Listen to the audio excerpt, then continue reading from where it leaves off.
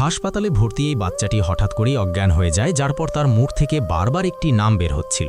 Doctor Suman, যিনি তার স্বামী নিখোঁজ হওয়ার কারণে বেশ বিচলিত ছিলেন, পরের দিন বাচ্চাটি তার সাথে দেখা করতে তার কেবিনে যায়। ডাক্তার যখন তাকে জিজ্ঞেস করেন যে তুমি আমার সাথে কেন দেখা করতে চাও, তখন বাচ্চাটি জানায়, আমি জানি আপনার স্বামী মারা গেছেন, যার মৃতদেহ হাভেলি থেকে 12 কিলোমিটার দূরে গাড়িসহ একটি গাছের ঝোপের মধ্যে আটকে আছে। এরপর পুলিশ তদন্ত করার জন্য সেই জায়গায় যায় যেখানে তারা সত্যিই একটি গাড়ি গাছে আটকে থাকতে দেখে। গাড়িতে পাওয়া মৃতদেহটি যখন তারা ডাক্তার সুমনকে দেখায়, তখন তিনি এটা দেখে অবাক হয়ে যান যে বাচ্চাটি সত্যি কথাই বলেছিল। পুলিশের মনে সন্দেহ জাগে যে বাচ্চাটি এই কথা কিভাবে জানতে পারলো। তাই পুলিশ অফিসার বাচ্চাটির সাথে দেখা করতে যান। সেখানে পুলিশ অফিসার বাচ্চাটিকে বেশ কয়েকবার জিজ্ঞাসা করেন, তোমাকে এই কথা কে বলেছে? তখন বাচ্চাটি বলে, আমাকে কেউ বলেনি, আমি সবকিছু জানি। পুলিশের তার কথায় বিশ্বাস হচ্ছিল না, তাই বাচ্চাটি বলল, আমি এমন কিছু বলতে পারি যা শুনলে আপনার বিশ্বাস হবে। এরপর বাচ্চাটি পুলিশ অফিসারকে বলল, আপনি কি মায়াকে চেনেন, যার পায়ের নুপুরের শব্দ খুব মিষ্টি ছিল? এই কথা শুনে পুলিশ অফিসার হতবাক হয়ে গেলেন।